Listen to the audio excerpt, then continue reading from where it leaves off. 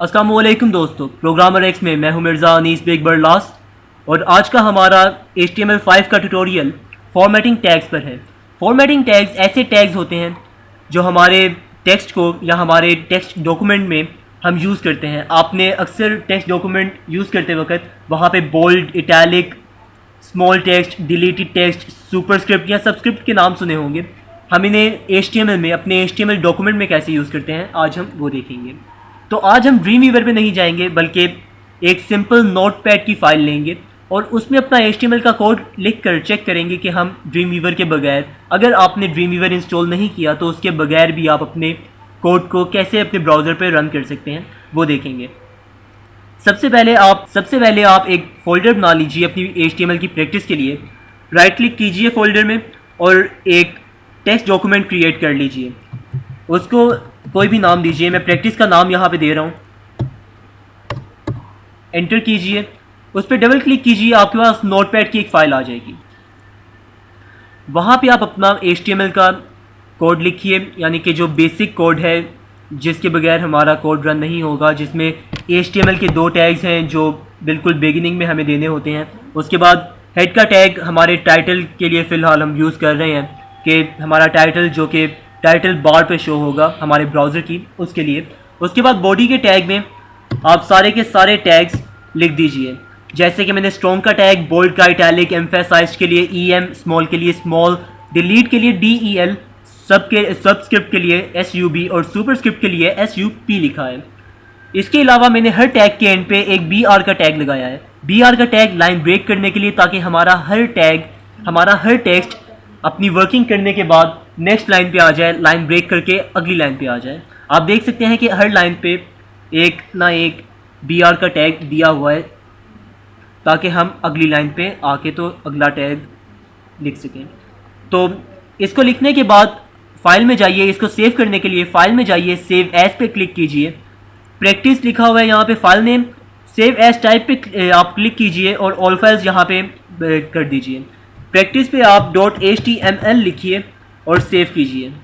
जैसे ही आप सेव करें, देख सकते हैं कि आपके फोल्डर में अब 2 फाइल्स मौजूद हैं, एक टेक्स्ट डॉक्यूमेंट और एक HTML डॉक्यूमेंट। टेक्स्ट डॉक्यूमेंट को मैं फ़िलहाल क्लोज़ करता हूँ यहाँ से और प्रैक्टिस के टेक्स्ट डॉक्यूमेंट को डिलीट कर रहा हूँ। आप देख सकते हैं कि हमारे स्ट्रॉन्ग का टैग है, बोल्ड का है, इटैलिक के लिए है, एम्फासाइज्ड के लिए, EM के लिए है, स्मॉल, डिलीटेड के लिए वो एक बीच में लाइन लगा रहा है। उसके बाद सबस्क्रिप्ट और सुपरस्क्रिप्ट का आपको फ़िलहाल फ़र्क नहीं पता चल रहा कोई, इसका हम फ़र्क देखते हैं कि फ़र्क कैसे आ रहा है। तो हम अपना कोड खोलते हैं। कोड खोलने के लिए सबसे पहले आप अपने फ़ोल्डर पे जाइए, प्रैक्टिस पे राइट क्लिक कीजिए, ओपन विद पे ड्रीमवीवर या नोटपैड। फ़िलहाल हम नोटपैड पे काम कर रहे हैं और तो हम नोटपैड पे क्लिक करेंगे। नोटपैड की फ़ाइल उसने आपके सामने ला के HTML की रख दी। तो अब हम यहाँ पे देख सकते हैं सबस्क्रिप्ट और सुपरस्क्रिप्ट की वर्किंग क्या है। इसको मैं यहाँ से कट किया, एक P का टैग यहाँ पे लगा दिया पैराग्राफ का, जो कि हमने पिछली वीडियो में देखा भी था कि उसकी वर्किंग क्या है। इसके अंदर मैं कुछ लिख देता हूँ, दिस इज़ अ पैराग्राफ। इसके अंदर पैराग्राफ के टैग के अंदर मैंने सबस्क्रिप्ट का टैग लगाया। मैं आपको इसको थोड़ा बेहतर करके समझा रहा हूँ ताकि आपको समझ आए कि टैग किस तरह से काम कर रहे हैं। आप देख सकते हैं कि P का टैग ओपनिंग और क्लोजिंग, सबस्क्रिप्ट का टैग उसके अंदर मैंने लिखा है यहाँ सब उसके अंदर, और उसके बाद मैंने BR लिखा है। ये टैग इस तरह से काम करेगा कि सबसे पहले एक पैराग्राफ क्रिएट हो जाएगा, उसमें दिस इज़ अ पैराग्राफ लिखा जाएगा और इसकी सबस्क्रिप्ट होगी टेक्स्ट फॉर सबस्क्रिप्ट। अब इसे सेव करके कंट्रोल S दबाया, सेव किया इसे, और मैं अपने ब्राउज़र पे जाके तो इसे चेक करूँगा।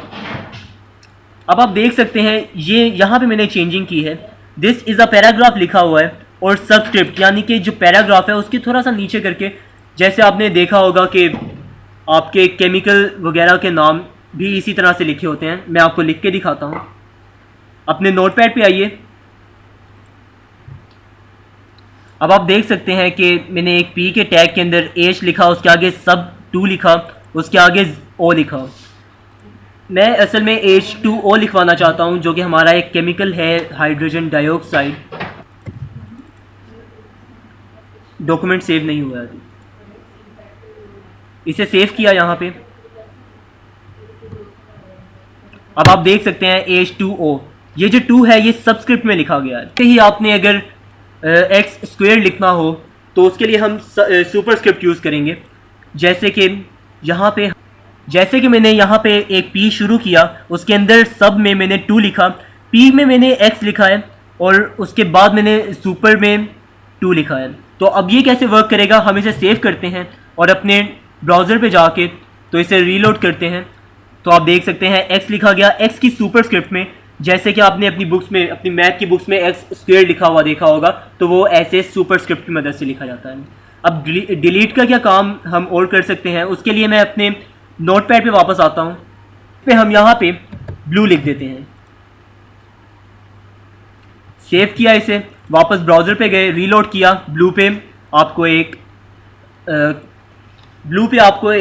मिड में आपको एक मिड लाइन यानी कि डिलीटेड टेक्स्ट नज़र आ रहा है।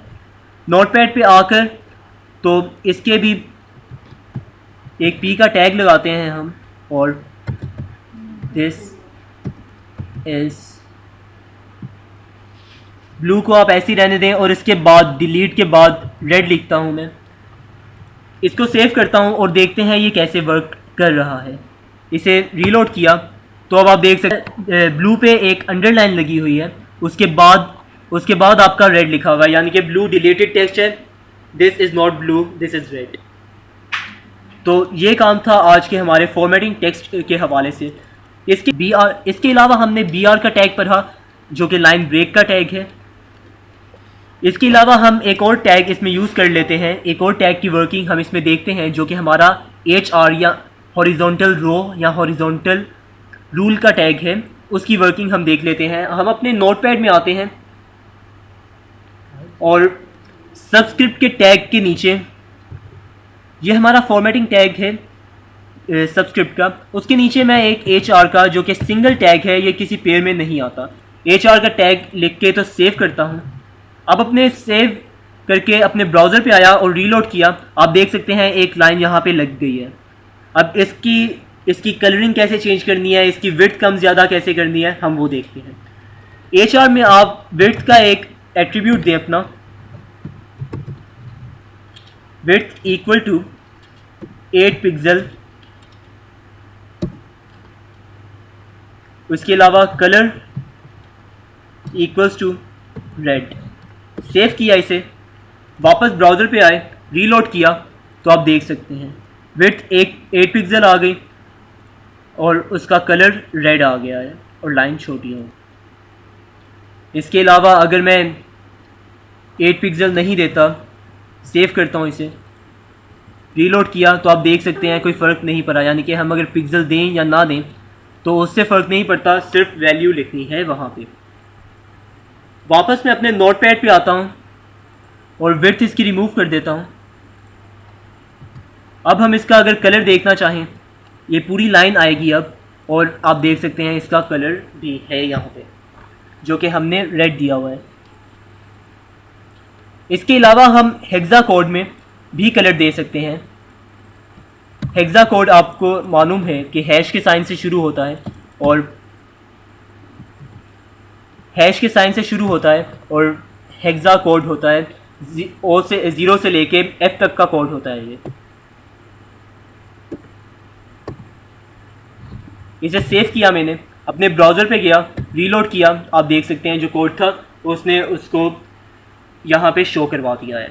तो दोस्तों ये थी आज के हवाले से हमारी वीडियो फॉर्मेटिंग टैग्स के हवाले से। इसको आप डिफरेंट तरीक़ों से और भी यूज़ कर सकते हैं। अभी टाइम की कमी की वजह से मैं इसे और यूज़ नहीं कर रहा, लेकिन हमारी अगली वीडियोज़ में इंशाल्लाह हम इसकी और वर्किंग देखेंगे, और हमारे अगली वीडियोज़ में जब हम वेबसाइट बनाएंगे तो हम इन टैग्स को यूज़ करेंगे। तो आज के लिए बहुत बहुत शुक्रिया। अगर आपको वीडियो पसंद आए तो चैनल को सब्सक्राइब करना मत भूलिएगा। बहुत बहुत शुक्रिया। अल्लाह हाफ़िज़।